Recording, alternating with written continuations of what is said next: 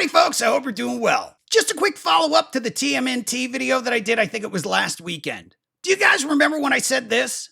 Upon closer inspection of the DMD in this shot from the AtGames Sam's Club photos, you can clearly see Raph has a sai in his hand. So they're not completely omitting the weapons here. However, looking at some of the footage of the gameplay that we have, no weapons are to be found on the table anywhere either, it appears. You're wrong. You're so wrong. Wrong, wrong, wrong, wrong. Wrong, wrong, wrong, wrong. You're wrong, you're wrong, you're wrong.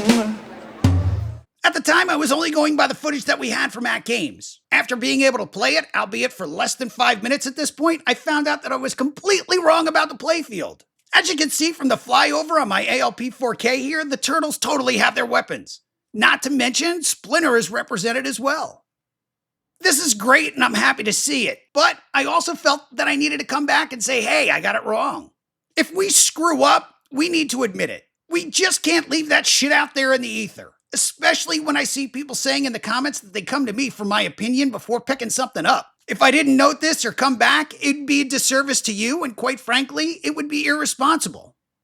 Speaking of irresponsible, let's talk about that phone number. Do you guys remember this? There's no phone number to call, and all support tickets are handled via email. Or so I thought. I'm breaking in here post-production to kind of give you a little bit of an update. So if the audio sounds a little bit different or off for some reason, that's why. Anyway, while editing the video, I was doing some additional research looking for more pictures of the machine and whatnot when I stumbled upon the owner's manual. Digging through it, I found at the very end of the PDF a need help page which actually had a phone number on it.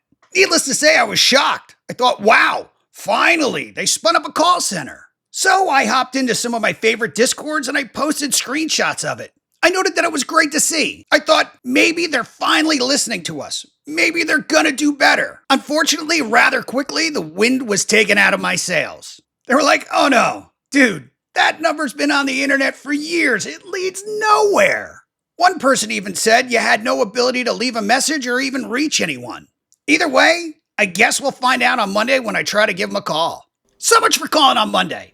As I've mentioned before, life around here gets pretty busy, especially at the beginning of the month. Not to get too personal here, but my volunteer and commissioner life keeps me beyond busy. Add a daughter that is in dance 5, now 6 days a week, then throw back-to-back structure fires one night, smells and bells the rest of the week, plus my day job.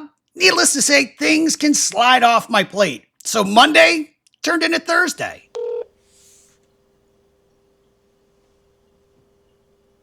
Thank you for calling AtGames. If you know your party's extension, please dial it now. Or you can push 0 for the general mailbox. Thank you. So as you can see here, I did nothing. I just wanted to see if it would pick an option for me. Maybe send me off to a mailbox or eventually just hang up if I didn't make a selection.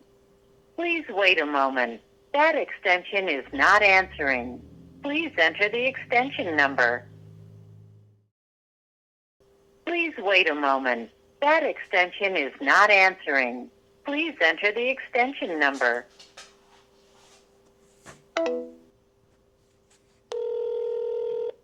The second time I called, I hit 0 and this is what we got. Thank you for calling AtGames. If you know your party's extension, please dial it now. Or you can push 0 for the general mailbox. Thank you.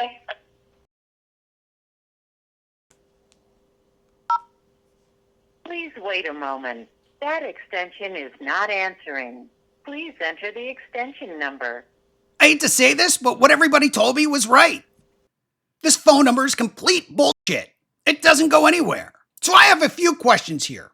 Why put the number in print if it's not going to work? Why give your customers false hope that they're going to be able to place a phone call to get support in the first place? Additionally, why have a general mailbox option when it doesn't even fucking work? This is a huge fail in my opinion. Since the phone number's a bust, the only option that we have now is the support portal.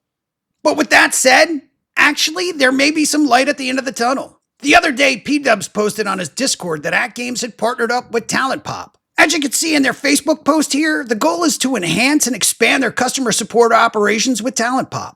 As someone who's entered 2 support tickets over the weekend, I'm hoping that this is something that goes into effect immediately. Unfortunately, there's no information about the timeline here. Speaking of these tickets, the first one I entered was on Saturday. I recently sold my not-so-stock HD. Not that I'm getting out of the game here, I just needed to make room for the Wonderland pinball that's coming next month. Here it is as I gave it the once-over one more time to make sure everything was in perfect working order for its new owner. I have to say I have mixed feelings about selling the HD. I put a lot of time into it, not to mention a hell of a lot of money. It had the buy stuff Superman skin, which initially was a custom design for me before it was added to the store. There's also the deluxe back box, the mirror blades, plus that modded control panel.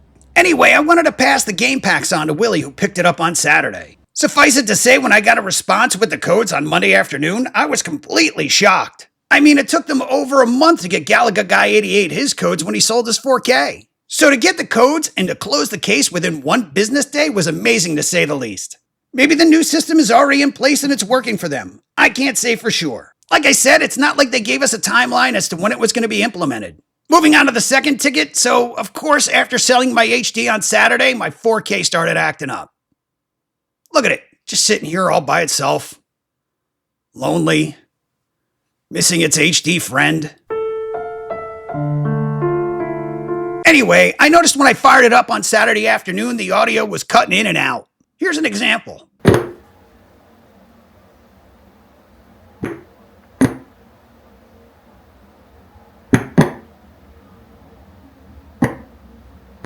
So I logged the case on Sunday, noting all the steps that I took, which I expected them to tell me to do. I backed everything up. I reseated all the connections. I made sure everything looked like it was operational underneath the hood. After that, I did a factory reset. Obviously, all of this stuff did nothing.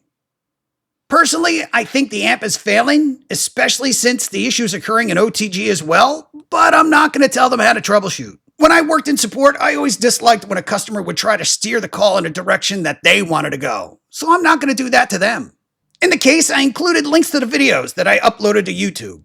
After logging the case, I got the following canned response. The response noted that they used WeTransfer for sharing files.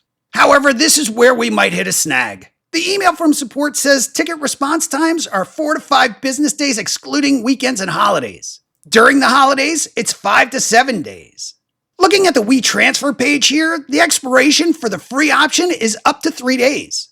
So if they look at it on the 4th or 5th day, the files that you uploaded will have expired, which could potentially delay the resolution. It's not to say that you couldn't spend the $25 for the monthly ultimate option to keep the files around for a little bit longer, but that's an additional out-of-pocket cost for you, the customer.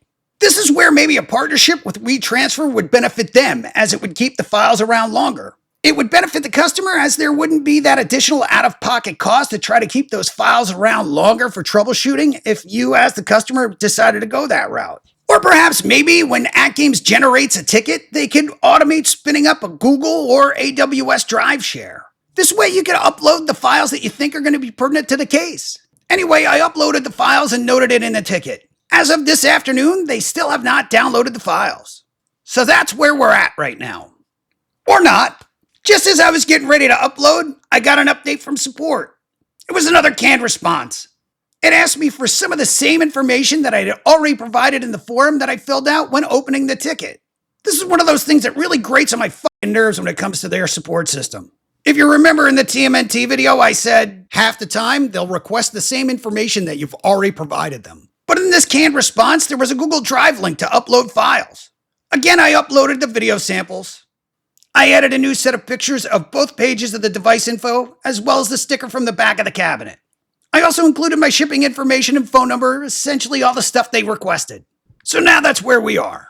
I'll keep you guys posted on the progress and let you know how things are going.